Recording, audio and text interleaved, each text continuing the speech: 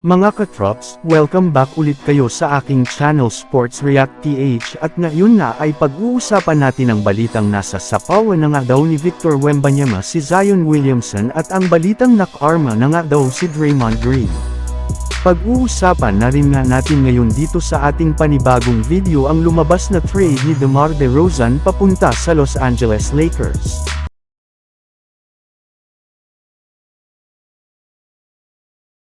Simula nga mga katrops, nang pumasok si Zion Williamson sa NBA bilang first overall pick ay napakalaki na nga ng expectation sa kanya siya na ang lalagpas kay LeBron James pagdating sa pagkuha ng napakaraming achievement. Ngunit sa kasamaang palad, hindi rin naman nga niya iyan nagawa bunsod ng pagtatamo niya ng injury at pagkawala niya parati sa New Orleans Pelicans. At kahit man nga mga katrops, healthy na ang pangangatawan nito ngayon ay nawala na rin naman nga ng tiwala sa kanya ang napakaraming mga analysts at fans. Medyo hindi rin naman nga ganun kaingay ang kanyang pangalan lalo pat tuluyan na rin naman nga siyang nasapawan ni Victor Wembanyama na tinatangkilik na ngayon ng mga fans at analysts dahil sa literal na unlimited na potential nito sa NBA hindi kagaya kay Zion na medyo nagdedelikado na naman na mawala ngayong season. Samantala pumunta naman tayo sa ating sunod na pag-uusapan ngayon sa balitang nakarma na nga daw si Draymond Green.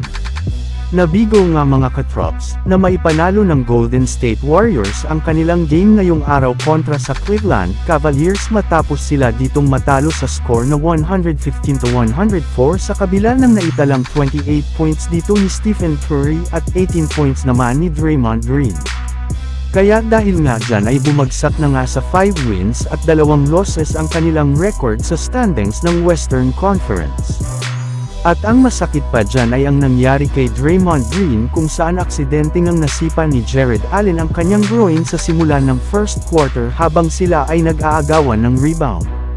At kasabay nga niyan at marami nang mga fans ang hindi man lang naawa sa nangyari kay Draymond Green bagkus pinagtawanan pa nga nila ito gayong ito na nga daw po ang tinatawag na karma sa kanyang gayong ilang beses rin naman nga niya itong ginawa sa kanyang mga kalaban na players. Kaya ika nga'y deserving rin naman nga daw po ni Draymond Green ang nangyari sa kanya.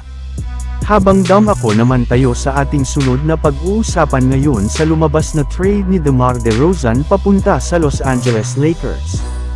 Dahil nga mga katrops, hindi na naman ganun kagandahan ang ipinapakita ngayong performance ng Lakers ay marami na naman ng mga nagsilabasang trade rumors ngayon patungkol sa kanilang kupunan.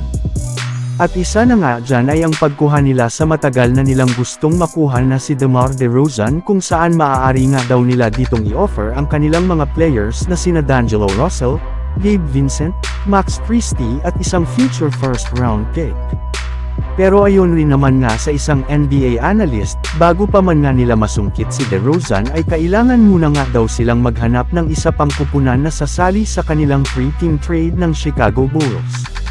Yes, sa ganiyang paraan lamang nga daw po nila tuluyan ng makukuha si DeMar DeRozan sa isang in-season trade.